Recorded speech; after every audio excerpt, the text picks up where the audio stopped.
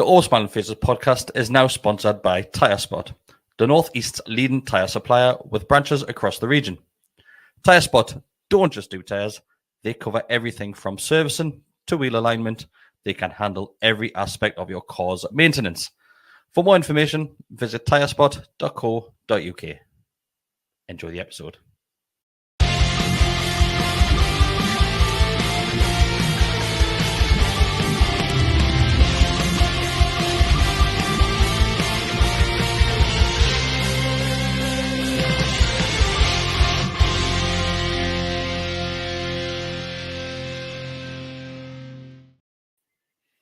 Hi, everybody, and welcome back to the Always Smiling Faces podcast on the Gallowgateshots YouTube channel. I am Kris, joined by Besty and Deka tonight. Good evening. Hi, Mark, as well, if you have tuned in. Hi, Hi, Mark. Mark. Hope you're okay, Mark. Boys, it's been a big week for Newcastle United. Besty, I'm going to come to you first of all. Ooh. Okay, He's already heard me. I've already heard Deka talk about this. There is a video going out to members only as well in regards to this topic we're going to talk about now. Besty. Mm-hmm. So last week we were speaking about Anthony Gordon and the prospect of him signing for the club. Have you also done a full circle like myself and Deka, where now you're really excited to see what he has on offer? Oh no, I was very excited. Anyway, yeah, I mean, Really? I put a thing on Twitter. I searched. You know, you can search your own tweets, saying, "Oh God, what have I said about him?" Yeah. And there was nothing. There was one that was fairly complimentary, but that was the most kind. It was almost scathing, almost where I said, "There's a balance between being a good player and just being a shithouse," and I don't think he's quite on the right side of good player, quite the right ratio yet. Obviously, now he is. I'm a hypocrite, like, so I'm excited. I mean, he's. I was going to say we've all seen that video of him where he's chasing the ball down. There's more to him than just that, like, you know what I mean. He does look like an all right player, but I mean, where he fits in the team, with regards to who does he displace, I can't see him dropping Miggy or Joe Linton or Joe Willock for the time being. At this moment in time, yeah. I mean, eventually, I think it'll be the kind of soft launch thing that Eddie likes to do. He did it with Botman, did it with Bruno, where he kind of brings a player in a little bit. I think you'll probably see him come off the bench at the weekend, perhaps. Obviously, can't play tomorrow night because he's cup tied. Yeah. So West Ham on Saturday, I think you might see him come on for 20 minutes, half an hour. Because generally speaking, one of Joe Linton or Joe Willock, or maybe both of them, go off anyway. So he's an extra option, a bit more quality on the bench. Does he displace Jacob Murphy? Does he become the third, fourth winger, as it is, with Joe Linton and Joe Willock dovetail? You would probably expect that, wouldn't you, at this moment? I would imagine so, but then Murphy offers a lot when he comes on. I mean, I hate that last week. He was furious. It didn't bother me at all. No, I just want to clarify something. I didn't hate it. I didn't hate it at all, actually.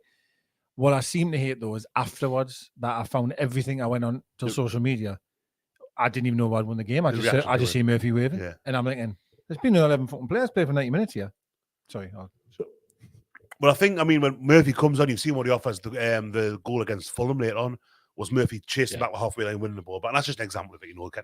Ends up with Longstaff across the back post. Isaac scores. So I think one of the reasons that Howe kind of likes to take his time, when Bruno came a year ago this week, yesterday, wasn't it? A year ago, I think. It was kind of adapting to the Premier League and the pace of the game and the physicality that you need that's perceived to be this much more than it is in Ligue 1 in France.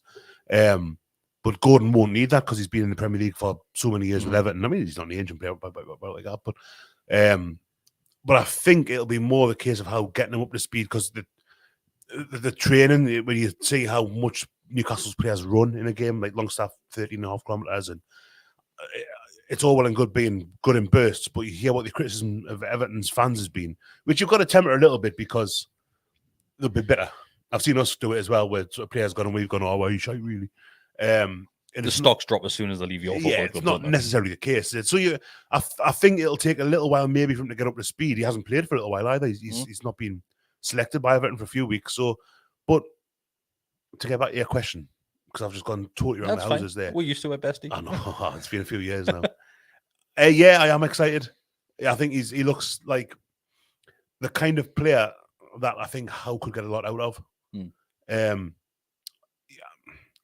we argued for a year about our previous manager, how he wasn't getting the most of, and it wasn't just arguing, it's factual, it's there in black and white, pardon the expression, how much better Joe Linton is, Miggy is, Callum Wilson's, well, not the last few weeks, but the team on the whole, Fabian Shea, are playing better because they've got a proper coach, a proper structure there, they're fit, they're well drilled. Anthony Gordon's been playing for Frank Lampard, and Frank Lampard's a shit manager. He is a very, very bad manager. He's a rubbish manager. So get him a good coach, a good manager, and see what he does with him. I think it's an improvement. I think you're looking at, if not necessarily a better starting 11 to start with, certainly a much stronger starting. What is it now? 19, 20? Which you need. You need the amount of games that we're going to be playing in the future. You would hope.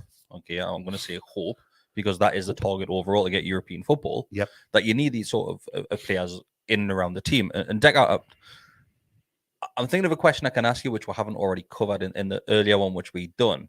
But I'm probably just going to repeat myself. We will anyway. I'll apologize. Probably gonna what? Repeat myself. You're going to? Repeat myself? Hey. Oh, fuck. As if you fell for that, mate. Yeah, I did, yeah. Sorry, I won you now. I'm actually, we'll cover something which we've already done on this members only recording and podcast. The reception that you got from the other players. Okay, so we spoke about how it took some balls, and it must be quite nerve-wracking walking in those sort of environment when the rest of the lads are there, and you've got Jason Tyndall winding you up at the same time. Yeah, it would have took some doing that, wouldn't it? Honestly, I was even I felt nervous watching the video, man. I was like, whoa, like, obviously when you see the photographs, it's just different, isn't it? You know, you see them shaking hands, and you see that lovely one of Miggy in the background, like kind of looking through. It was really funny, wasn't it? Yeah. But then when you watch that video today that they've put out of the you know, sort of almost mic'd up with the camera, whoa, like, he must have been feeling it inside, going, shit, I'm going to walk in here now, and obviously, he was sweating. He must have been. He must have been. How much do you think players think about that? Because I'm not too sure. I agree. I don't know. Do you reckon it's just gone? You know, they say the thing about, for years and years and years, the cliche is a different player when he crosses the white line, and like, not like Kelbrook, by the way. It's a topical one. But we know players are different when they go on the football, when they come off the pitch, and they're kind of like quite pallying up. You see, like Spain for years with Barca and Real, who hated each other on the pitch, like when they played in El Clasico, but they all played together for Spain, didn't they? Have like Sergio Ramos at centre half with Carlos Puyol, and all that. So yeah, I wonder, Anthony Gordon, do you reckon any of the ill feeling that he had? Well, I honestly think a player walking in any dressing room, whether there's been any animosity or not, would be a bit butterflies. Like, it's the first day of a new job, isn't it? I'm out the new job. Exactly. Yeah. I think that's the way to look at it. Is if it was the first day at a new job, but with people you've already had some interactions with. Yeah. And in fairness, like, he's never seen them since that day. That's probably the first time he's ever seen them again since that moment had happened. So, and obviously, say Tyndall doesn't help, does he? He's here to finish you off and all this bollocks. You know what I mean? You'd be thinking, Harvey, mate. You know what I mean? But the one that gets me, Deka, it's the Fabian Shaw one, where Gordon says to him, like, they're having a discussion about it, and Gordon says something like, oh, well, hopefully you'll have my back from now on. And Fabian Shaw turns around and just goes, you have to earn it first. Yeah, but he says it so straight-faced, doesn't he? You have to earn it first. I'm like, and they all laugh, but even Gordon's probably thinking, like, oh, no. You know what I mean? Give us a break, will he? But, no, listen, I said it quite a lot just before in the other video, but in terms of my feelings to being after him and is not really having a single positive word to say about him before he signed for it. It's very difficult for me to then run on the socials and go, he's the best. You're a 21-year-old. It's going to be amazing. It's difficult for us to do that because it's not how I felt, right? So I cannot lie and just because we're after him, all of a sudden think he's the next Messi or something. However, seeing the way he's conducted himself, his age definitely, how can get out of him. He's English, he's seen the league. He's hungry, he's determined. There's obviously a player in there, of course there is. Then all of a sudden I'm thinking, you're ticking a lot of boxes for me. Yeah. Were you shocked of how he's conducted himself in those interviews? Because I wasn't expecting that. I don't know what we're expecting. He was expecting a raging chava. Like a massive chava, I was expecting. No, not really. I mean, there was that video doing the rounds of him kind of going to the food bank. Yeah, the food bank prior to him. I mean, it was before Christmas. This was. And I think that's a bit of a kind of misconception you get about player. The joke's being made. I've seen it shared in our WhatsApp group about what do you call him? The young lad that shaved his head and he was dead bunny with a side part on that when he signed. Sorensen, Elliot Sorensen. Oh, And he's just had a haircut, you know what I mean? But he's at Newcastle, and he's. I think it was his accent as well, mind. He had a a accent, Danish thing in it, where they do pick up the accent loads, like. But then I think with Scousers have got a quite similar. I think they're perceived to be quite similar as people at Geordies, where like we've got like I don't know, Buzzcocks is a comedy character, but you know what I mean, where it's a kind of a stereotypical Geordie child. And I think you got a young lad from Liverpool. I think you fits that mold. You kind of think, well, that's going to be the same kind of, you know, that because we know lads like that, you know what I mean? So I kind of was like that for a little while. So you kind of what, skinny Joe? I was never a skinny one. But yeah, I think that when you hear how another thing with players as well is that they get kind of trained how to be in the press from a really young age. If they think they're going to make it, if they think they're going to be, you know, they've watched their managers and match the day every week. They get interviewed, they go into the press thing, they're so PR trained now that do the EA Sports stuff because of FIFA. That he's Anthony Gordon's an Adidas athlete, so he'll be doing stuff with them, no doubt. It's players are so kind of well drilled now, really clued up. But he's not going to turn up and kind of, he's not going to be like pocket full of Costeros and all that, like, or any of those daft cliches, you know. It's just he might be a wanker, but we're not going to see it on the camera. Across is that it's going to be, oh yeah, well, I'm really glad. There might be 100 outtakes where he's being effing, there won't be, but you know what I mean. But yeah, no, I wouldn't say I was surprised at all, because that's what footballers, generally speaking, are now. The thing with Shea as well, saying you've got to earn kind of as having your back, I quite like that. Because even if he's like dead straight and dead serious, I think that kind of speaks to the team spirit that we all, you know, in the trenches together and all that carry on. Like, I think that's. Honestly, that's exactly how I think Shea meant it as well. I think so as well, yeah. I don't think he was just saying it in jest. I think he meant it like, you know, that you've got to earn it because I'll fight for these lot. And, well, he did, didn't he? Because it was you arguing with Trippier, not him. And all of a sudden he's come barging in on the clip that obviously. And I must admit, Big Nicky Pope as well. I did love all the socials from the players, you know, Wilson, Trippier, the list is endless. Straight on wine them up. It was very good. It was very good. And I think it was a fantastic way to just sort of reference that we all know what's happened, but make it's addressing the elephant in the room straight away. Really was. I wonder was. What kind of relationship, because he seems to be quite familiar with Nick Pope. There's a bit where they're chatting together and they're kind of, I don't hear exactly what said. I must admit I've not watched the videos properly yet. I'll do when I get back later.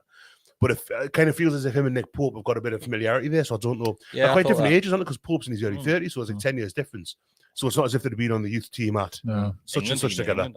No, I don't know if Gordon's been in England squad yet, has he? Yeah, he's been in the under-21s. Oh, so not full senior where Pope's in. So yeah, I don't know how that could have happened, but I always think that. I wonder, like, Trippier and him have that, the Tyndall makes a joke about. I'm thinking, well, him and Trippier, they're moving the same kind of circle. They're both Northwestern lads, both in England, set up. Gordon's kind of on the precipice of it, or has been for a couple of years maybe now, without actually breaking through. I wonder how much off the pitch they do go. Like, remember the picture when they got promoted? I'm totally going off it here. But where you had them on holiday with, that you had Dwight Gale, Rob Elliott, Jack Grealish, Kieran Clark. Yeah. So there's connections all over the place. Like, you know, when you, I always think it's interesting before a game, you see which players give each other a cuddle, and I think, I wonder how they know each other. Well, Trippier's best mate's Pickford. Yeah. I do not understand how that maybe could that's the Pickford could be because Pickford be a North East lad, England squad, so that could be the England thing. Probably. You know what I mean? There's a click. I know. He could well be kind of. He could be on first name terms or something anyway. And look at who James Madison follows on Instagram. For fuck's sake. No, don't start with that. They're all mates, man. I love with that. Like, people have just forgot how social media works. It's absolutely ridiculous. He follows Mickey. And absolutely mental. I think what we do have to address as well, Deka, is how much things have changed in just a week for Gordon. We can talk about his increase in wage and things like that as much as we want. But I think if we're looking at it from a different point of view, he's gone from being barricaded in a street where he wasn't able to leave Goodison Park to getting lifts home off absolute strangers outside of the Metro Centre. Well, that is absolutely mental how that came about. And I just... It's just everything's mad, isn't it? I mean, what's he got in the Metro Centre for, man? He went for some trainers. Some trainers, 95s, isn't it? I was there yesterday morning. I was gutted he wasn't there. Is he there all night? He went for a skinhead. It was just mad, wasn't it? Like, but yeah, I mean, obviously, Turkish barbers. I think it. You know, as I referenced before, it's been it must be a mental 2 weeks for him and his last and his family. Like, to go from, imagine him eventually getting home. Once you managed to get home and thinking, Jesus Christ, like, this place is burning. He's in the hilt, isn't he? To then within a week, well, it feels maybe 10 days, I'm not sure how long, but a couple of weeks, to then multi-million-pound deal moving to us. It must just be an unbelievable moment for him in terms of what's happening. A bloke who probably hasn't ever had to leave the Northwest. I mean, played for Everton, was a Preston on loan. And Preston's not that far. He could commute it. Mm. You know, it's not as if he's going to be living in the middle of Toxteth. You know what I mean? He's been out in the gated communities and all that. Like, so for someone who's been a Northwest born and bred lad, so all of a sudden he's now living in a hotel in Gateshead for a bit, Fulham and Partridge and that. And eventually he'll be, well, depending on what shirt number he gets, probably in Jonjo's old house. Do you know what I find a shame? That I know it hasn't ended well with the relationship that he's got with the Everton fan base, and I can't judge that because I'm not an Everton fan. That's up to them. The fact that he's now had to turn off comments on his social media because of the shite that he was getting from that side, and probably now in the back of his mind, he's probably wary of going back to Merseyside because he can't just pull up at home and just walk around the streets in Merseyside now because he will get a ton of abuse. It's madness. Mine, Joe Linton had to do the same. Like, Joe Linton had to turn comments off his. Yeah, Lascelles did. Lascelles did at times. We're no strangers to that one. But yeah, no, it's going to be different for him. I mean, it's that thing when you're in the public eye, and especially in Newcastle, we're famous, the Goldfish Bowl thing. So if it's going well, it's great. If not, maybe less so. Like, but the Everton thing, I don't want to spend too much time kind of on Everton's fans and stuff because I'm not one. I don't really know the ins and outs of how they go about things. But that the videos of him in the car, the temporary roadblocks, and Yerry Mina getting out of the car and having a bit of that's insane. So Deka, I've never known that before. It might be new, Deka. I put this on social media. It might be new, Besty. It was one of yours that said this is what the media try to make Newcastle fans out to be like when apparently we were attacking Steve Bruce and sending his family abuse and things like that. It never got like that ever. Well, Everton with Rafa, with know where you live and don't take a job, and it's like that's sinister. That's proper like nasty. That. Oh, but again, I'm not saying every Everton fan because it's not, is it? It's not. No, absolutely right, and it's not. I mean, listen, let's be fair, right? Many of us have been tarnished with that lad punching a horse, right? Let's be fair here, right? So we've had it the other way where we've had this little sort of joke getting thrown at us. I don't know, punch a horse in my life. Not to do with me. Nothing bigger than the badger for me. So like, you know what I mean? Like it's just mental. Like, but I agree with what Kris is saying. I mean, I don't know how much it must be hard for a lad that's grew up there, played in the academy, but sports the club. Mm-hmm. Obviously, I know he's left, and I can understand it to a degree, right, from their side, Everton fans, because the lad hasn't wanted to train. You can see why it's toys out the pram. Transfer request. Would I be thrilled? Absolutely not. So I wouldn't go on social media and abuse him, but I'm just saying I can understand why they're not happy. The transfer request thing was one of the conditions. We actually used to do it all the time, yeah. Yeah. If you want to leave, hand the transfer request so we don't look bad. It was ridiculous. You see the pictures of the kid who had the Gordon Everton shirt and he had the name ripped off. Oh god! Just randomly cut that bit off. What are you doing? Just sell it. It's horrific. Oh, why? Take it to the club. Try to bring it a swap. But why are you cutting the name off first? Just burn the shirt. Well, as if he's going to keep it with it. Yeah. It's just the world's mad. The world's insane. Like the world's mad. But anyway, I think every fan base has done that, man. I've seen a video of all sorts of shit. Of course, yeah. But I've never dreamt of thinking, if I did, what the fuck are you doing, man? Like, imagine we're not going, I'm going to set my phone up here and I'm going to cut that off and I'm going to burn that. Or burn wasn't it EU laws where likes a shirt and that aren't flammable these days? I think they're harder. They don't take as much because that was one of the things with. I bet your castor would go up like a tinderbox. That was a thing with people trying to burn flags at the monument. It was. I think it wasn't a EU flag, and ironically, because of EU directives, the flags are inflammable now. Oh, sorry, they're not flammable. Inflammable. So yeah, they wouldn't take. So I think it probably is something that's like because it's not just polyester now. Like yeah. I just want to mention, if anybody has any questions, send them our way. We'll go through them throughout this one. I'm really interested to see what people's opinions of Gordon like. I think it's still people are still. I mean, I wouldn't say we disagree, but I don't know myself. I think the whole deal it could fall flat on its face. You know, I mean, people talk about £40 million, and that is a lot of money. Ironically, I hadn't realised this. It's only the fourth player we've bought from Everton in the Premier League era. All right, okay. Who was that? Speed. Yep, Speed, Ferguson, both 98, and Peter Beardsley. All, I mean, Ferguson was excellent. I love Duncan Ferguson when he was here. Yeah. All pretty successful. It seems to me that Newcastle and Everton have been kind of in the Premier League together for the most part for the thick end of 30 years now, and that's the four. Gordon's the fourth one in that time, but yeah, it's a you know, in terms of the price tag there, we've if you go back maybe a month ago, we're talking about Madison in terms of the links with him, and I remember Mark would reference a lot. Said 25 mil was too much. It was like, we're on about 50, weren't we at the time? Was it 50? It was about 50. No, it was about 50, and he was going, it's £50 million. It's English tax. It's a lot of money for him. 40 million for him plus add-ons.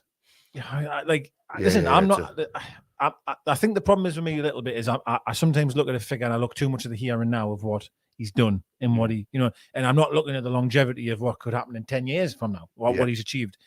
I think it's a lot of money because I think it's £40 million based on potential. That's my opinion of it. Yeah. And to reference what I said to Kris just before, we could look back at this transfer 2 seasons down the line and go, Jesus, what a steal that was, because we are now doing it with Joe Linton. Yeah. We wouldn't sell Joe Linton for 80, 70. It's berserk. It's absolutely mad. insane. And I think that's what we have to realise with football is it's such a fast-changing thing where you can have this opinion now, but it can change within minutes. Yeah. So, fingers crossed. I hope he's worth 250 million next season. He's definitely been bought with that in mind, that it's an investment, isn't it? That he's going to be worth. That maybe would never want to sell him because he becomes our. Of course. I'm not going to name names because you get, he's just terrible. But he could end up 40 million. We could be looking back as you say, going, right, that was a snip. Yeah. James Madison, 6 million. What? No way. But you don't know that that's the kind of risk factor. It's been the same. £6 million for Les Ferdinand at 28. It was like, I don't know, can he do it? Can he take that extra? We sold him for $6 million at 30. And he had some great years at Tottenham. He retired years and it was Leicester, I think, wasn't it? So players, Andrea Pirlo going to Juve from Milan, I was like, I think he was a free, but still you think, he's finished, what he's doing there? And you don't know how transfers are going to work, how players are going to fit into a team, into a city, into how a manager wants to play them. And I do think that having seen what Eddie Howe's done for the past, 14, 15 months, I've got faith that he'll get a lot out of him. Seeing the type of player he is in terms of what we know about him, right? All right, take out the antics or the diving or whatever that people don't like, right? Fair enough, take that away. Mark hates it. There's a lot crossing the line and all that, isn't it? That's not how we Newcastle play. But he does tick a lot of boxes for what the style of player that Howe would want. Certainly in the wide areas, in terms of, I just feel he really isn't any Howe player like. Definitely. And just to stick with the arrival at the training ground, and so 2 things which I want to bring up, Besty, is when he meets Eddie Howe for the first time, Eddie Howe says straight away that he's a huge admirer of him. And also Dan Ashworth as well says, I've been after you for a long time. Yeah. That's just straight in there, saying to the lad, we've worked for this. Yeah. It's filling him full of confidence. It is. Like that as soon as he walked through that I wonder door. if that means Ashworth wanted to get him for Brighton. That's what we mean. 20 minutes. That's what I think I meant, But I mean, that's, I think a player coming in and saying that, in the one of the photos from when they were in the kind of canteen area, sorry if it's not a canteen, but had a big tables and stuff, was the laptop with the kind of like a scouting report or something. Like sports science sort of thing, wasn't it? And stuff like that can't fail to impress. If a player's coming, and we'll go back all the time, and I've mentioned it time and time again about how badly run Newcastle were from management up, so from coach and staff, to Steve Bruce, Mike Ashley, Lee Charnley, whatever. And I can't imagine, I'm trying to think, someone that would Callum Wilson, when he signed, I wonder what they showed him. I wouldn't expect it to be anything like the level of detail. Even Joe Linton. But most of the squad, really, half the squad. And for a young 21-year-old lad who's thinking, right, this is the move that it's a long-term contract. I don't know how long-term is. Look what Chelsea do. It was 4.5 years, they said. Right, so that's long enough. Like for a young lad, so he's 21, he'll be 26 when that expires. So he's got the same birthday as Jacob Murphy and Ryan Fraser. Turns out 24th of February. Right, okay. NUFC.com, I think that was on. So he turns 22 shortly. Be 26 minutes. That's a lot. That's like someone's formative years, basically. When you look at players that are like in that position that they're perceived to be at their peak in the late 20s, 26, 27, 28. And that's where Anthony Gordon's going to be at the end of this contract. So he's put a lot of trust in Newcastle to say, right, I want you to I want to be good enough to play for England because he's on the precipice now. He's on the verge near enough. And that's been sold to him, right? We're going to do that for you. We're going to get you to be to this standard. Yeah, well, I mean, I'll be honest. I'm really sad, right, in terms of facilities, things like that, in terms of a football stadium or a training ground. So I am absolutely ridiculously sad when I see things like that. Now, when them pictures came out yesterday, late on it was of like sitting around this table and stuff. I'm thinking, oh no, where's this at? Because to me, that's not us. Like, do you know what I mean? And then when you watch the video and you see these photos, what a professional outfit we looked. Do you know what I mean? Sitting there having this presentation of what the club means, where we're trying to go.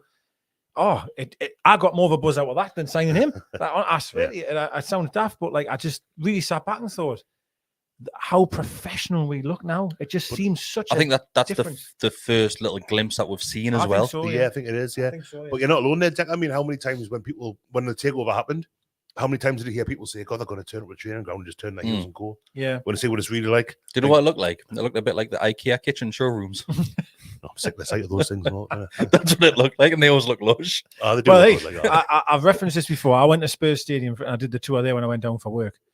And me and Gareth, and honest to God, I couldn't believe how amazing it was, right? Yeah. And like, I was walking around the dining area and stuff. And I think, fucking hell, man, look how amazing is this? And then when I know I was just the training area, which is different slightly. And when I seen that, I was thinking, what an amazing place for the players to bond. And do you know what I mean? And I know that people will go, yeah, man, it's a cafeteria. What you on about? What was the video you sent? Was it the Dallas Cowboys training facility with the drone thing going through it all? I just, I just love think you sent that. that in like 2 or 3 different WhatsApp groups. I love it. Like, I love anything like that about facilities. I just think it's amazing to see, and especially for us, where like, goodness Lord Almighty, like, I mean, I remember watching. I'm going back here, but you've probably all seen it, the Gary Lineker, Bobby Robson one. Yeah, Bobby Robson's chuffed with it all. Don't call me sir or something. Yeah, don't call me Bobby. Just call me Bobby. Yeah. Aye. And you see, like, where, bless him, they're all banging the knives and forks because they want to go home and that. And Bobby stands up, he's all right, isn't go, be safe, all the rest of it. Like that area there probably hadn't changed, God bless him, since he passed in years down the line. And then now to see that, I don't know. I just think it's amazing. And for a player to walk into that, I don't know. I think that must be very impressive. That's what. Yeah, I think so. I think that's what Newcastle, they've had to make themselves, and that's something that kind of has been said since the takeover happened. They've had to make themselves more attractive to players. I dare say, and it's totally hypothetical, but a player of Anthony Gordon's potential or his standing, young English player, if you take him to the training ground 2 years ago, or when Rafa was there, when we all got invited to go and have a look around, they're probably gone like, "What's this shite? This I'm coming from like Finch Farm, Everton's like, all right, this is rubbish. This is where I'm gonna be. I've done about this, like, and it sounds like such a tough thing to say, but if you show someone a nicer, like if you work in a nice office, you kind of need that hub. Maybe you don't want to go there, but it's nicer to be in a nice office than a shitty office, isn't it? Well, no, listen, I think what you're saying is absolutely correct, because I think some players may have, let's say in the future, you might have a player that's on the verge of signing for maybe 1 or 2 or even 3 clubs, and he comes to us and we're mud up with a fucking wheelie bin for a bath. They'll be like, well, that could swing the pendulum. You might be paying us 100 grand a week, but then walking into that, players for Old St James's Park, I mean, people say it's dropping a bits and stuff like that, like, but it's a wonderful place to go and watch football, play football. Yeah. But players spend 90% of their week at the training ground, 100%. Using those facilities rather than being in a stadium. 100%. So it's I think it was Eddie Howe that said that you need that base and that hub for the players, because, like you said, that they spend a hell of a lot of time there, and he doesn't want it to be the case where they come to train and then just leave straight away. Yeah, they want that area where the team can basically spend time with each other away from the football field. Well, I think it's been bang on half an hour.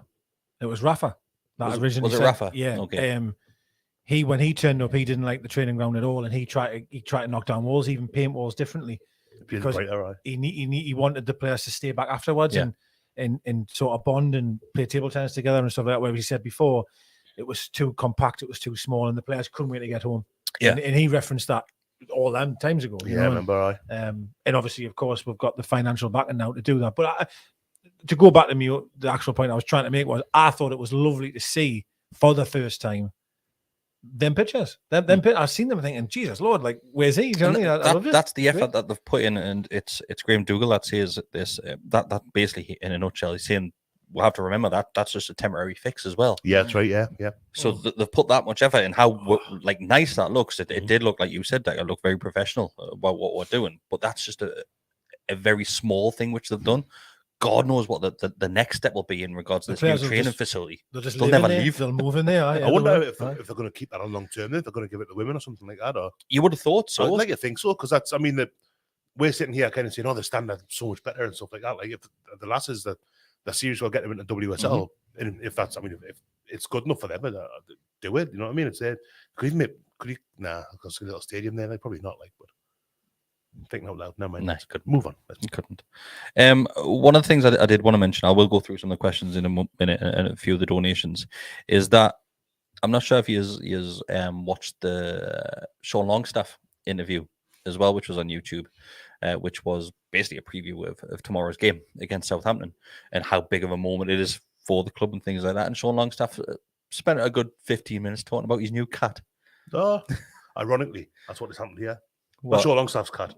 I thought you might look a bit. I was moving the fridge for my sister earlier on the day. Right, She's was got a cat. Right, okay. And I literally, In the fridge? I'm allergic to cat. Oh, yeah, just a cat. It was too hot. But I'm allergic to like animals. Did you know they do that? I was like, I'll go in one of them. Totally forgot about it. Went down Shields, did some shopping, got home. Oh, yeah, a bit tired. Eyes up. Honestly, it's ridiculous. Because I need some reason. I've tried anyway. I've got like a nasal thing that I take. But it's not good for your eyes. No, it is because it's all connected to the pipes. I don't think it is actually. But I've got no tolerance because I totally avoid animals, like for the most part. So like as soon as I say, well, that's a lovely cat.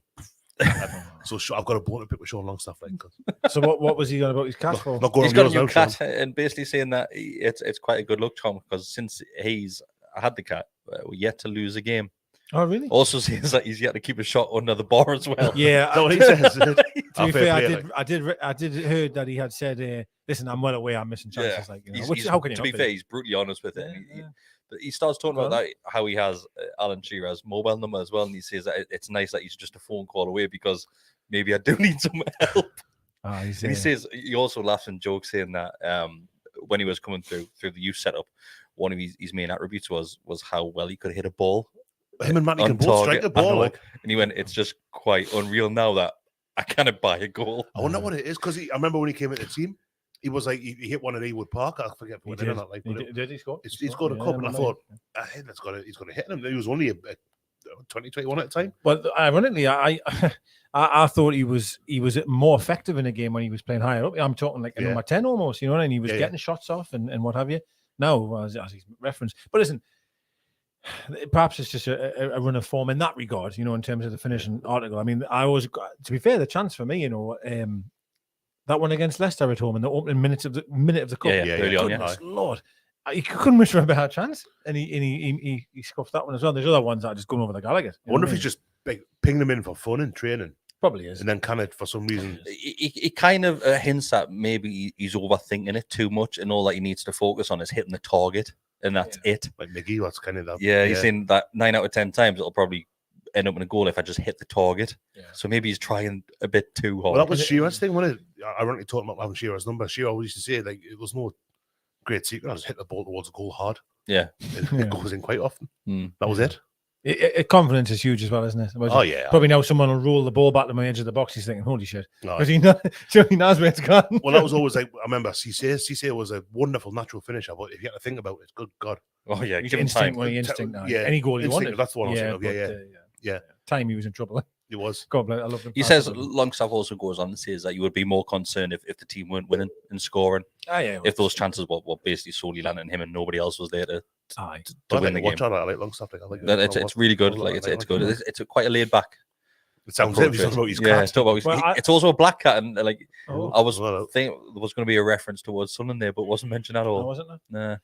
Nah. I think every time he does get interviewed, he's very, very honest and laid back. He's just a normal lad. He's just like one of us living the dream. He's like really smiling and laughing his way through it, and it's great to see. Obviously, the issues that we've seen him have in the past as well. And like you're saying, when he's on away games, he's missing the cat, and like he keeps on aiming for it.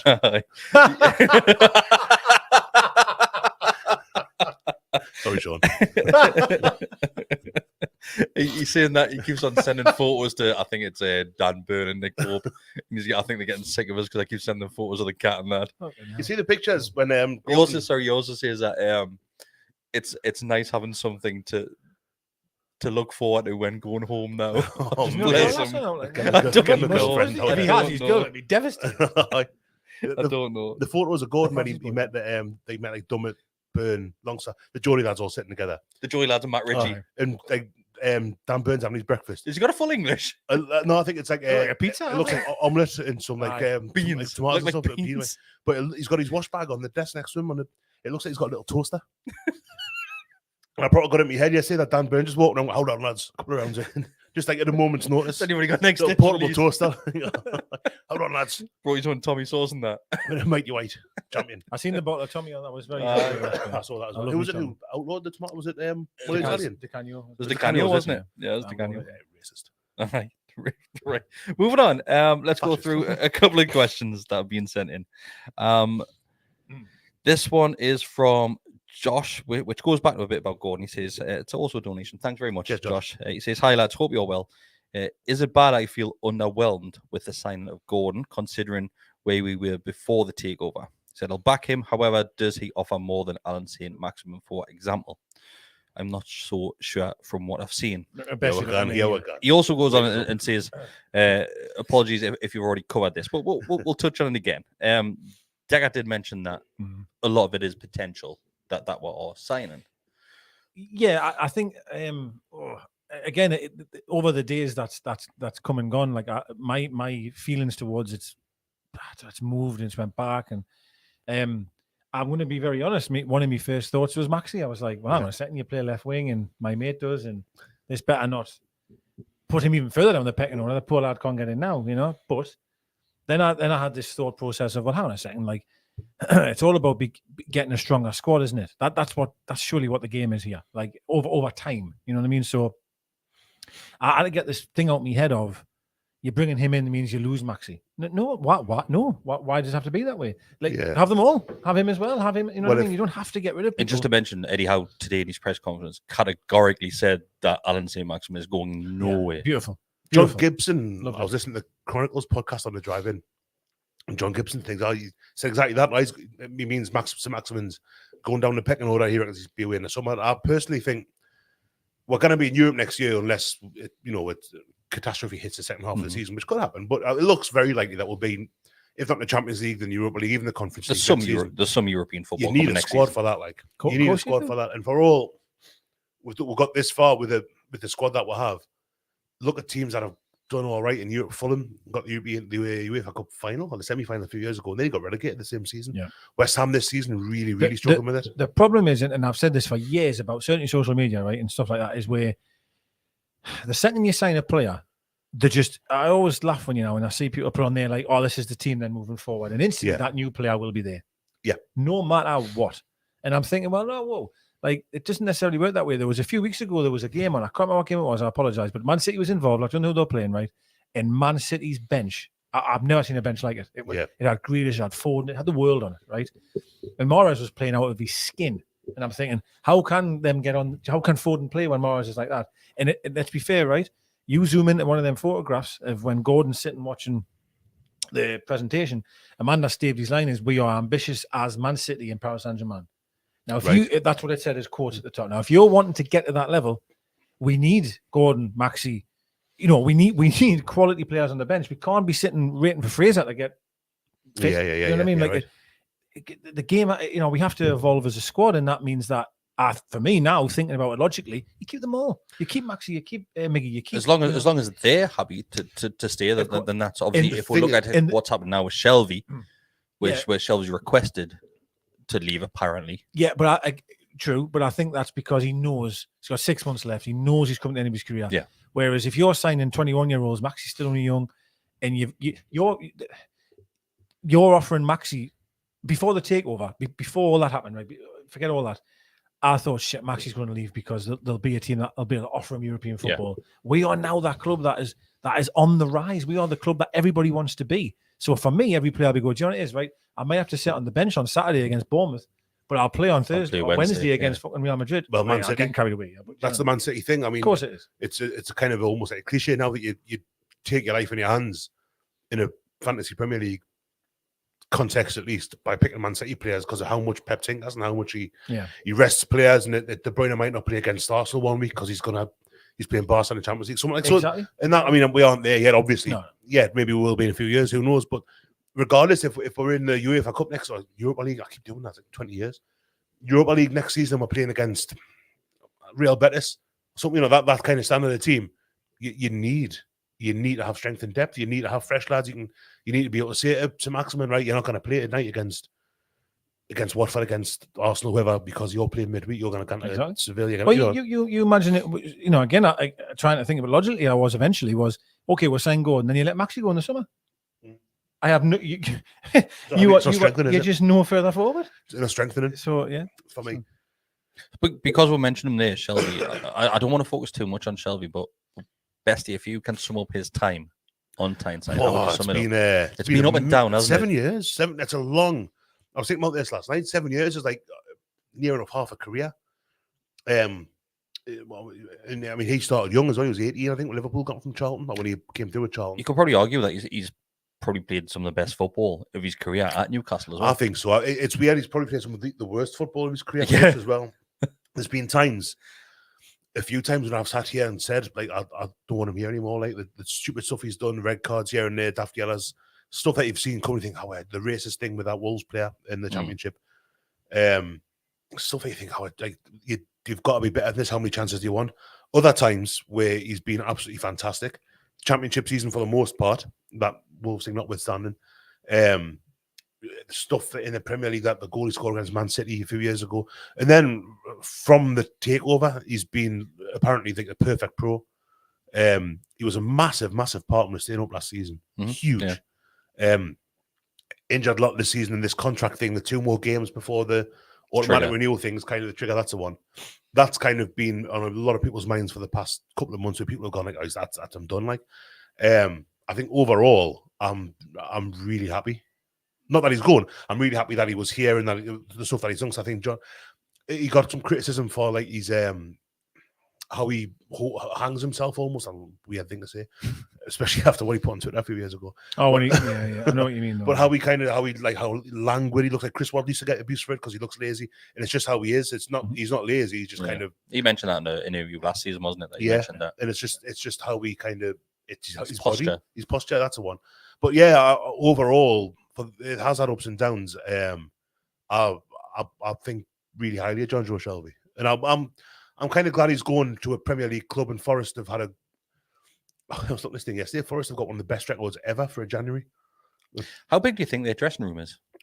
Oh God, they'll have to go to Tottenham Stadium. It'll be like Red Bull Metro Centre, innit? It will be. They'll have like an NFL-sized dressing room just for the. It'll be massive. But yeah, I mean, they keep on bringing players in. Although there's one going, that Toffolo's leaving apparently. The left back, so there's one seat. All right. But then they've got Jonjo in. They've got obviously Lingard came in as well. Just 20-odd, 30-odd players coming. I think they've had a few this window as well. Haven't they? Looks like it's working as well, mind. They've had a good run of form. They're 14th, 15th. Yeah. I mean, I don't know. They're not in apparently like imminent threat of getting left behind. So I hope to stay up. I hope if when we play them at home next season, should they stay up, I hope Jonjo plays because I like him. He's got a mate there and Jackie Carr back as well. So he does. No. Yeah, he does. Deka, do you think this is a good move by the club now as well? We've seen Kris Wood go, who was on a high wage. Shelvey is another big earner at this football club as well.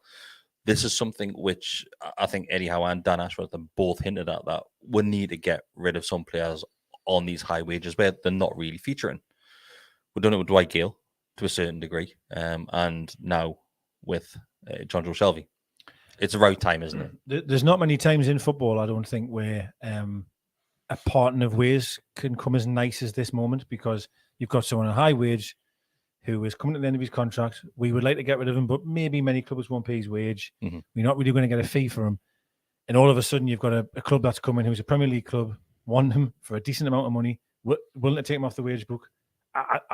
To me, it's a match made in heaven. Now, to reverse all of that as well, as echo what Besty said, I have always defended Jonjo because I think he's played in some very bad teams personally, and I've always said that he's the one player that would try and make something happen and had that pass. Or I used to think sometimes we rely on him too much, where we were expecting him just to marshal the game for 90 minutes, and I just found it unrealistic sometimes for him. But some really special moments personally when he played. I remember me and you were away. Honestly, I always remember Maxi scored his first goal there, but that wasn't Sheffield game, was it? Sheffield? Yeah, that wasn't the reason Maxi's first goal. It wasn't that reason. It was Shelvey's when he switched the on. Remember all that? Was it not the first goal to score? Because it was when VAR featured. You just carry on, don't you? You just had to carry on. The ref went in the dressing room apparently and said, "Listen, no matter what, just play at the whistle." Yeah. So Jonjo just scored, and then he ran back and he went, "I'm just doing what he knew," and it was a goal, brilliant. And the Man City goal, the one against QPR, I've seen going around. His debut against West Ham. Played a lovely ball into Perez, who scored. Then he played that wonderful ball over Yanmat. Yeah, he did. Listen, I've only got 10 seconds to talk about him, so I'm coming up with 3 or 4 things. But there's a lot of people have had a lot of shit to say about him, and Mark's one of them. Mark never used to like him, and people always used to call about this language thing and that. And listen, for the 6 or 7 years he's been here, he hasn't been bad, that bad, and he goes with all the goodwill in the world for me. And I think it's a right time, as you've mentioned. and the club find themselves in a position where you're going to get good money for him, gets him off the books. He's happy to go. We're happy for him to go. All the best. I was never Shelvey's biggest fan because, like Bessie hinted at, that he had made some ridiculous decisions at his time here at the club. But I think he'll probably fall under, and not because of himself and his performances. But I think when you look at the likes of Jonjo Shelvey, you look back at the Mike Ashley Newcastle, and that's unfortunate for him because I think he's just one of those players that falls victim to that. He's been kind of, it might have been, I think it was just that the championship squad, the remnants of the championship squad. George wrote a thing in The Athletic a year or so about like Lascelles, Shelvey, Clark, Fernandez. Oh no, he was Richie. Dwight Gale was in there as well. In fact, remember Dwight Gale came on against Arsenal last season. And it was kind of a bit of that. That was almost like a testimonial, like a send-off sort of thing, yeah. And it's that passing of it's the old Newcastle passing over the new Newcastle. And Jonjo, for me, is one of the ones who's really kind of he's conducting himself in such a way that I think he can be really proud of his time at Newcastle. And I think I've mentioned since the takeover, he'll have known. They all will do. Lascelles will know because he's barely played this season, got booked a few times. But Richie will know. They all will know that time is coming towards its end. I mean, they've been here, like I say, Jonjo 7 years. Same with Andros Townsend. Good chunk of the career. And I said earlier, like, after the takeover, he was one of the ones that really said, right, we need to kind of. He could have, without Jonjo Shelvey being how he is, the kind of player he is, the kind of personality he is, we might not have got out of the championship. You mentioned Deka about how he would kind of rely too much sometimes.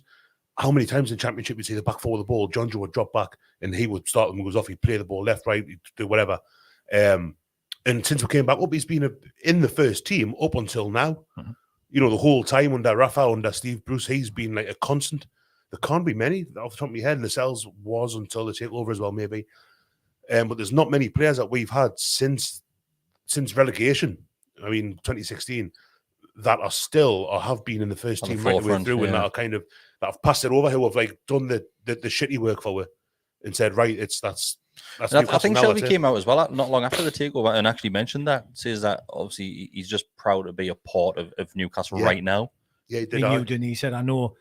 He says it'll be nice to come back someday and know that I've been part of this, and that's amazing. And I think good reference to championship season. I mean, we signed him in that January, and to be honest with you, I'd just go back at that window when we signed them two. I was really excited when we signed them two. I remember it didn't work out, but anyway, and he stayed, and people might go, he's on big wages, but I didn't think he would have. Honestly, I didn't. And he stayed there, and he was a huge part of us getting promoted in that season. He was one of the players this season. 100%. He was a Rolls Royce in that midfield. Yeah. And people were trying to man mark him to stop him from playing, and he's got a lot of stock for me personally, and I wish him all the best. Next question is from James Alexander, who also sends in donations. So thanks, James. Also a member as well. He says, evening, do you guys think with our current wage structure, they will ever smash it for a player a year or two down the line? Will they protect it? I think it depends on the money coming in commercially, yeah. Because that was the thing. I forget who it was. I put it on Twitter now that apparently we are 95% of our incomes on. It's used up, and that's why the FFP thing's what it is. So I think if we'll get a new sponsor in the summer, because Funny 88's about to not pack in, but the Noon thing, is it £7 million a year, or is that just for this season on the sleeve? I think it was just the season. I think you're looking at training kits getting sponsored. You look at what like Tottenham do, Liverpool do, Man U do. Clubs do it now. Clubs have got myriad sponsors for we've got what hair transplant company, Dr. Chinnick, Monster Pop. We've got Monster Pop. Ministry of Pop. That branding's working, isn't it? Monster Pop. Oh man, there. I am. But we've got that online gaming, that Saudi online gaming company that sponsored as well. Saudi Airways sponsored that travel for a pre-season or that mid-season tour, such as it was, or training camp. So we've got a company sponsoring travel for a very, very temporary, very specific set. So they'll be looking at stuff. They'll be getting stuff. I think that's the point. There was also a technology sponsor as well during that trip, which was really weird. Just a random technology sponsor. And that, honestly, man, it's just a juggernaut that's just going to keep going. Yeah. And you're going to see more and more and more of it. And that's non-stop pop. And that's why I think, to reference the question, I think We will, yes. Of course, it'll happen. I think 100%. When it gets to where it needs to get to, you're gonna see some absolute mad shit. Like, we're gonna be like Chelsea. Well, not sorry. I don't mean signing like 14-year players, but like sponsors coming out wars. Sponsors coming out, but then really going all out. You know what I mean? I'm seeing Chelsea been £100 million for someone like, man. Eventually, it'll happen. It will. But when you look around the ground where the Sports Direct signs were, most of them have been replaced yet. I've still got a big just load of slab of concrete behind me where it used to be for years. And that's got to, that's not. There's no point putting a sponsor behind you, mate. No, it's not right, no. But you're right, though. Maybe next season when you come in the ground, you'll see, loads more. I'm a little bit surprised that didn't happen straight away. I thought one of the big things we ripping all that down was to get it, but it's not how it worked. But there'll be stuff coming in, and when that happens, when we start getting like the daft sponsorships into the back door and stuff, that's when you'll see. Like, do you think some of that? Just a reference. Listen, I could be totally wrong here, but the ones that they've ripped off might be like of. Maybe Sports Direct was one of them. Yours behind you. It'd be Flannels, Sports Direct. So I wouldn't have like it was a case of like we're contracted here to have that on the stadium for X. It's not even there anymore. So no. So I'm saying they've had to pull it off, so they cannot put anything else on there. They're just not allowed to. It's almost like gone and leave that. Like actually try to take like a rental space sort of thing. Like we've paid. We have that for this time. So even if you take it off, that's fine, but you can't put anything else there. Because I agree with you that it is surprising that they didn't rip and bang, noon on there, or something like that. It's a good shout. That could be some sort of breach of contract thing. I'm not a contract lawyer like that, but didn't actually try and sue them when she said, "Oh, I just want to get it off," and she goes, "Whoa, hang on a sec." Yeah. So you might be onto something there. It was more of a side dig, which I think she had where it said, "Oh, just look at the stadium now." Or something. It's not she how I want it. Was like when she said, "You can't take a decent photo in the ground" or something like that. That was really good. Actually. That's what it was. Which I actually wasn't happy about, but saw them. Next question is from Fish and Rods. I'll come to you, Deka. He says, do we sign a centre midfielder now or keep our powder dry and get Madison or Neves in the summer? I'll let you discuss about Neves in a minute, Bestie. I think I'm equally as in love as he is, but Bestie was the original. I mean, goodness me. Ruben Neves is the one I want, like I tell you, it is. But well, Eddie Howe referenced this, didn't he, the day? Because they obviously asked him and said if Jonjo goes, obviously there's a void that needs filled there. And he mentioned a few times saying it'll be a loan player and probably won't be permanent. Like, referenced that quite harshly, really. But then he said that we're not just going to get someone in just for the sake of it. It has to be the right player. So I still think we will get somebody in. I do, because I think, to be honest, we're short in that area anyway, even if you didn't lose Shelvey. And that's why, to reference what he's saying, is I think that's why it'll be a loan player. Having said that, the lad from Sheffield United were linked with, they're saying it's a loan to buy. Yeah. Because I thought maybe they might just get a loan player in just to see you through, and then in the summer go and get someone like that you've referenced. I don't know, but with Jonjo going or certainly looking like it, I think we have to fill that gap. Like, I'm with you. We're really short there. Yeah, I agree completely. Yeah, absolutely. We're so light there. We're down to 3 now, basically. Well, 4 because Joe Linton and Willock can do the swapsies. I suppose Gordon. I wouldn't even say that. I think obviously the team that we start, you've got 3 centre midfielders in there, really, in Willock, Joe Linton, and Bruno. You arguably fall under that bracket of centre midfield roles. Who else do you have? Well, you've got Longstaff. You've got Longstaff. 4, sorry, you've got 4, but really, we're playing 3 every week and playing one of them on Joe Linton to the left, which we know he can come in and do a job there. Yeah. But if you lost one of them, well. That means Joe Linton's going to come back. The full dynamic changes. I think we will see Joe Linton coming back anyway with Gordon signing. I think eventually that'll be what I agree. Yeah, certainly later this season, what you might find quite a bit. But yeah, I think it's. I'm not saying vital importance because we're not. I mean, we're playing for Europe, but it's everything's a bonus to me at the minute. This League Cup final that we're not in yet, Stephen. The League Cup semi-final second leg that we're currently. I've just referenced what you said there. Yeah. But the fact that we could be going to Wembley in a few weeks, it's a bonus to me, and that's why I wasn't nervous before that. I'm not nervous now about tomorrow night. I will be, I dare say, when I'm in the ground tomorrow. But at the minute, I'm thinking, this is nice. I mean, I wasn't expecting this now. The finishing but being 4th of the table, past halfway through the season, and having a bit of a gap. I think it was 5 points between us and Spurs in 5th. That's nice. I wasn't expecting that. So if we drop off a bit, I'm expecting that we will drop off a bit. We're going to be sitting here in a few weeks going, it was a bit of a shame that I think the clean sheets have stopped now. But I'm not thinking, we must get players in because we must, because we've been there. That was last year. Now we're at a point where this is nice. It's good. It'd be great at building it. I wouldn't if we didn't get a centre midfielder by tomorrow night, because that's the window, isn't it? I wouldn't see it as being a failure like we did that summer when we just got Anita. Oh, God, we didn't build on that. It's because that's kind of the only real in the last 10 years, 11 years, equivalent that I can think of, because we've always kind of been. That was when we were successful to a degree. We have been shit like that. Successful to a degree, and then didn't capitalize on the momentum that we built up. Whereas now we've got this momentum. I'm thinking, well, we could. I mean, I'm saying we could. We could probably attract Neves or I think he was called Manu or James Maddison or someone of that kind of stature, that kind of ability. But if we don't, if Sander Berg comes in and he's like an extra body in the middle of the park, not that I know a great deal about him, to be honest with you, and he's a 75 rated on FIFA, so that's important. Or someone, like who's not a superstar, but it'll come in and be steady, like a Jonjo Shelvey type of character. I'm okay with that.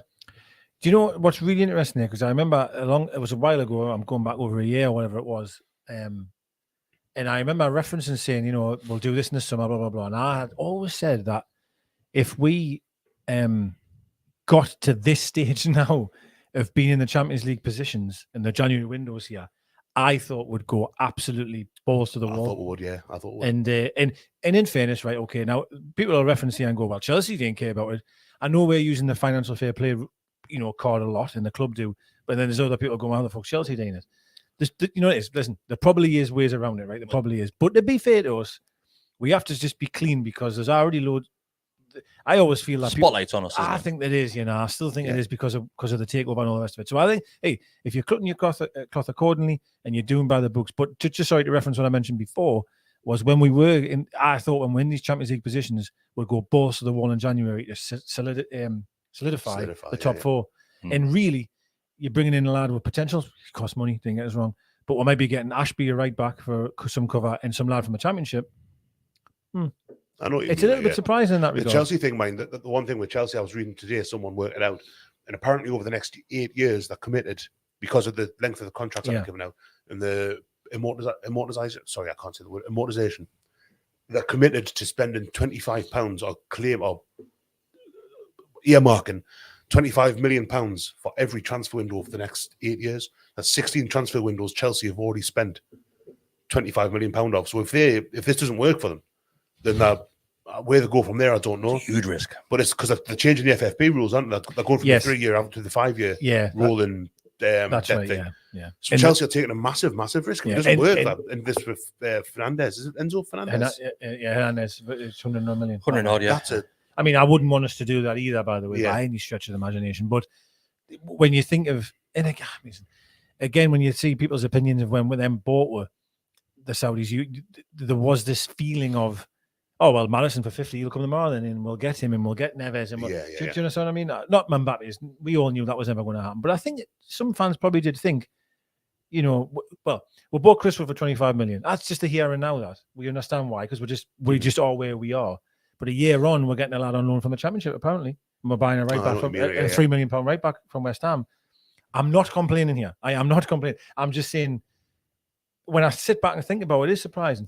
Well, I have to say I am surprised. The thing with Harrison Ashby, for me, I look at I'm kind of thinking, well, there's a lot of talk about him, and he hasn't played a great deal of football. I mean, Gordon hasn't played loads, but he is apparently first teamer. Mm-hmm.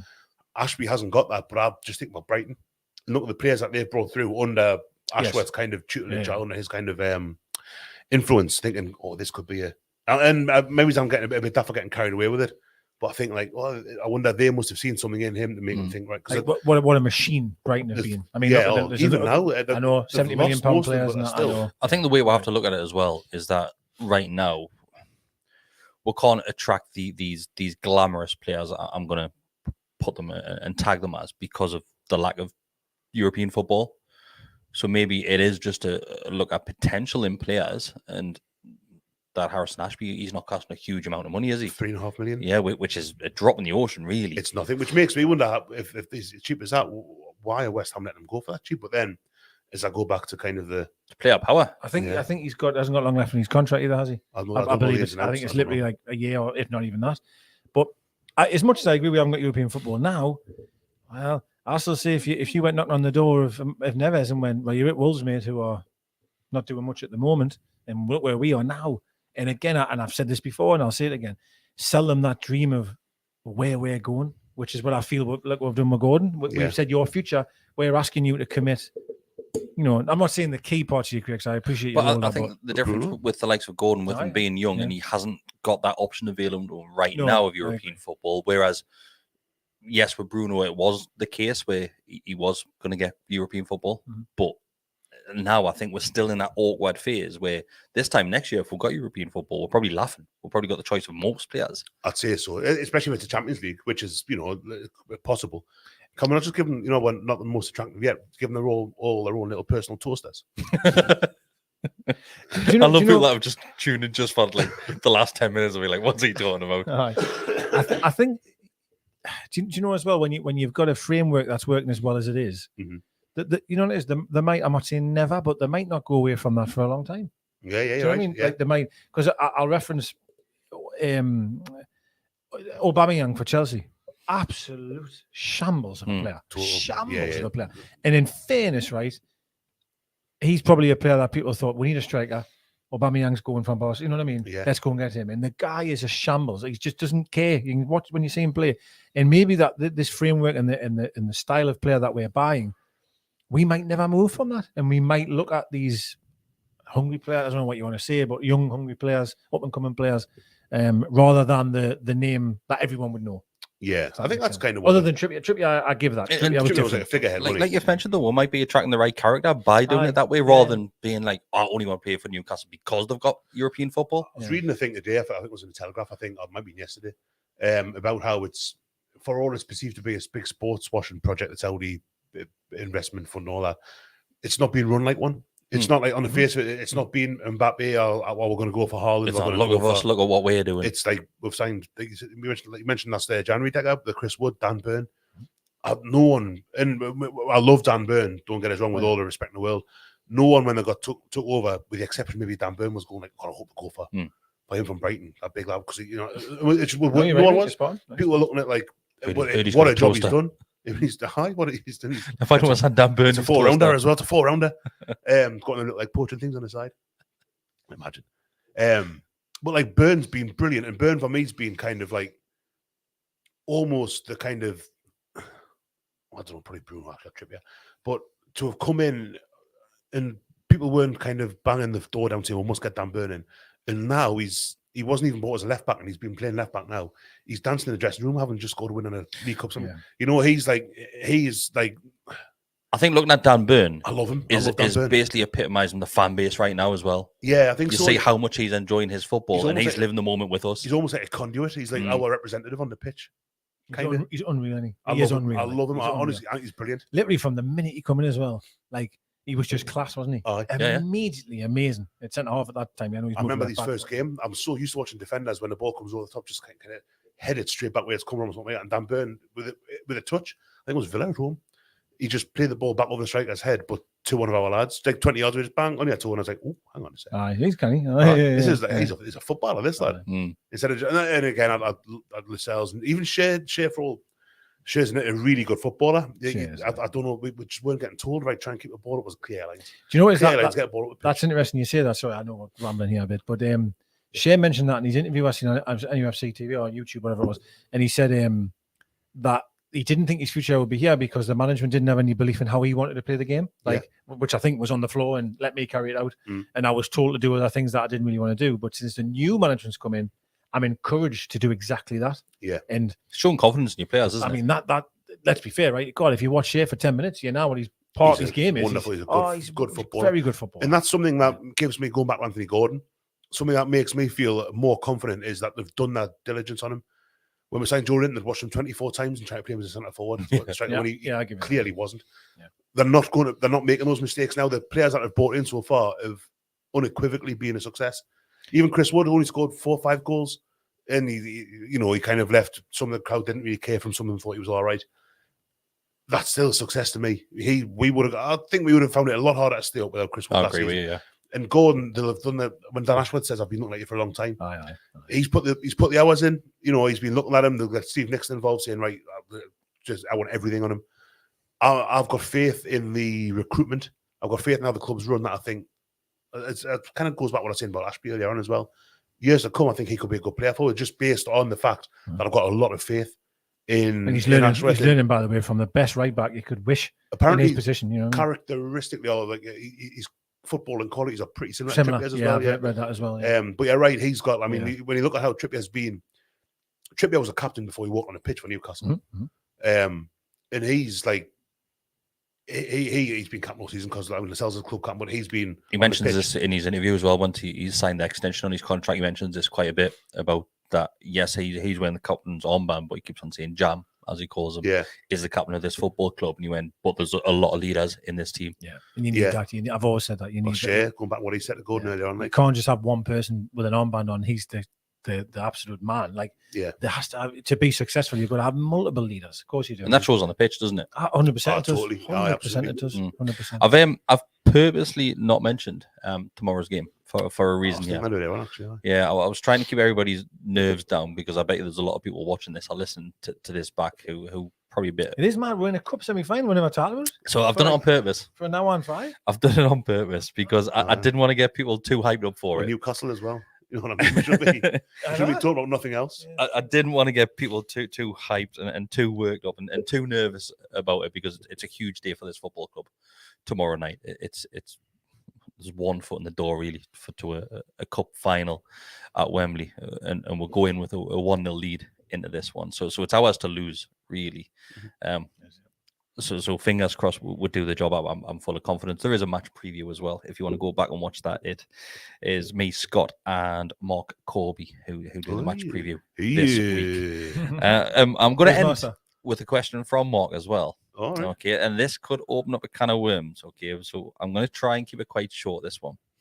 So tomorrow night, Newcastle win the game. In fact, Newcastle just don't lose the game.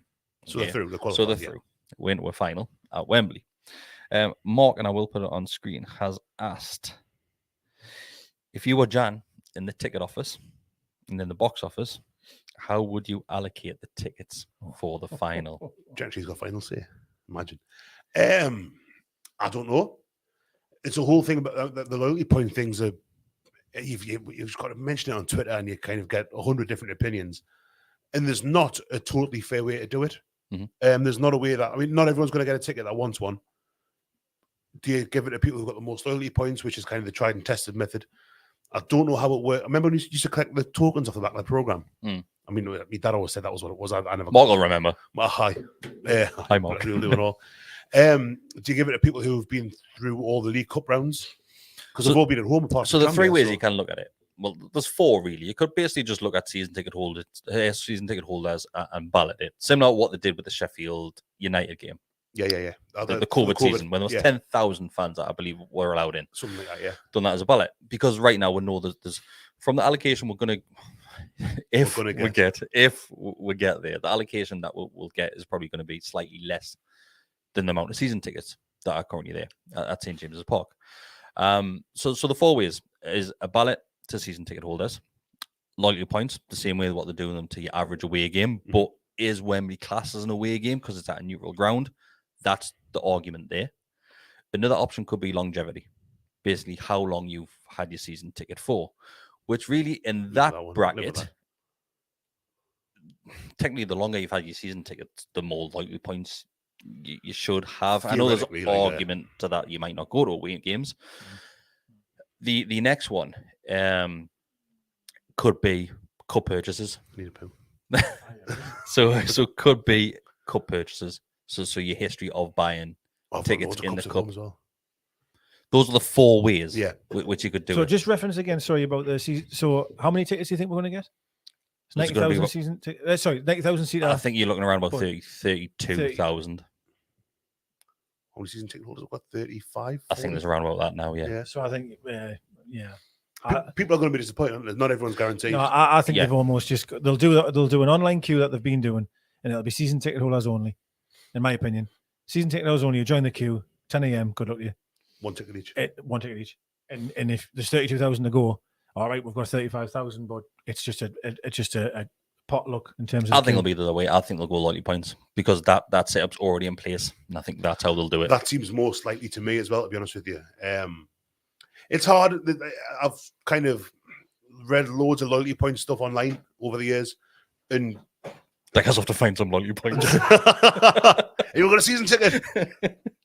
And there's all sides of the argument, I think, make valid points.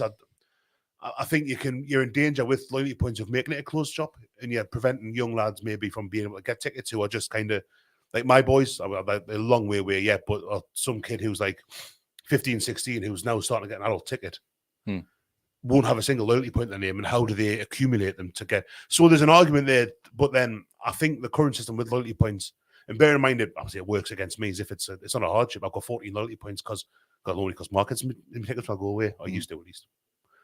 I don't even try now because I get such a bollock off mine. That's why I try to go away now. So I've not got a massive amount of loyalty points. I don't think it's got low enough for me to get an away ticket for a year now. I might be wrong on that. I don't look. Really. It has dropped down to 0. I think you're looking at the likes of your Brighton, Southampton games, those sort of games. Yeah. Aye. The ones I'm never going to be able to get because again, I can say like under the thumb and stuff like that. So yeah, I mean, I think loyalty points is. I don't think it's a perfect solution to the away match day anyway, but I think it's probably the best one because, as I say, there's not a fair way, or in inverted commas fair way, because you've got the young lads who can't go. Loyalty points don't expire, so you've got blokes that were going in whenever they started doing loyalty points 20 years ago maybe, who might have got 100. They've got the first 100 away games, not beaten one since, but they're still guaranteed, which is a bit of a funny thing as well. It's such a can of worms. It's a massive, massive can of worms. I honestly think the fairest way, and I think with the points I have, it wouldn't count against us, but it could, because I'm probably on the cusp of that kind of level of points. I think that's the fairest way to do it until someone comes up with something incredibly cup matches. Maybe that could be like a tiebreaker. I don't know. It's one of those questions that there's never going to be a correct answer. There's not a right answer. There's going to be so many fans and people will be disagreeing with what we said. Hence why there are all 4 options there potentially. Would every season ticket want to go? I mean, I can't imagine not wanting to go. But so if reasons, not health or family, or if not, there's always somebody that knows that season ticket holder that will want to go. That is true. That is true. That's where we're lying. There's going to be far more demand than there is availability. And it's only going to get worse, right? It's only going to get worse. Let's say next season there's 38,000 season ticket holders, and we get to a cup final next year. You're going to have this argument again because there's not enough tickets to go around everybody. You get a loyalty point. If you get to Wembley, you get a loyalty point. So does that count towards you getting the one for the next year? Again, it's just like it has to be loyalty points when you think about it. Like it's someone that's travelled up and down for years. It should be them 100% deserve. But then people will counter argument that and say, well, yes, they've gone to away games, but I've been to every single home game for the last 30 years and not been to a single away game. I do think there should be something for season tickets, maybe home tickets in the cup. Something I came up with an idea I had a couple of years ago was have two loyalty points per away game and 1 for every home game. So you get 19. I think, who was I talking about? I done a preview for somebody at Sheffield. Who did we play? Sheffield Wednesday. Yeah. So I done a fan reaction with them for the preview of the game, and they actually get loyalty points for home. I think games. It feels to me that if you've made that commitment for home, I mean, I've had mine for 15 seasons now, I think. There should be something there with regarding loyalty. I'm not doing the woe is me thing because if I don't get one, I'd love to. Go. If I don't get one, I don't get one. No, that's fine. How it works. I'll just get Taylor. I get us one. I think there should be something. If you get a home league cup, if you get a home cup match ticket, you should get a loyalty point. If you go to an away game, you should get 2 loyalty points. There'll be a flaw with that I haven't thought of yet. They would not do this before. I don't think so. Did they not give a loyalty point out for a random cup game? Not that I remember. I'm sure they did. What's Corby's answer to it? Has Corby got his opinion? Corby will be loyalty points because he's got about 1,000 of things. Yeah, he's got 1 million. Corby's got. He is the loyalty point. I've heard he says he's taken on. I'm joking. What you got for it today? See that on Twitter? That was Mark there. He made just text me, bro. He's just said the correct answer is the way that results in me getting a ticket. But I think it should go to podcasts first. Especially the boldest and fattest podcasts. We'll have a box. We'll have a box. I'm in the time. But not like I'll fucking get fat and bald to get a ticket. But I got to Glastonbury every year, and that's totally random. Yeah. So I've been to the last 14 Glastonburys now, and I don't get a loyalty point. You try and get a ticket. If you get one, you get one. If you don't, it's horrible not getting one. There's other way. I worked it last year. I worked for Oxfam last year. That's only where I would have got in. So that's an example, I would say, of maybe where you think, Well, that's where loyalty points have been totally stripped away. There's no such thing.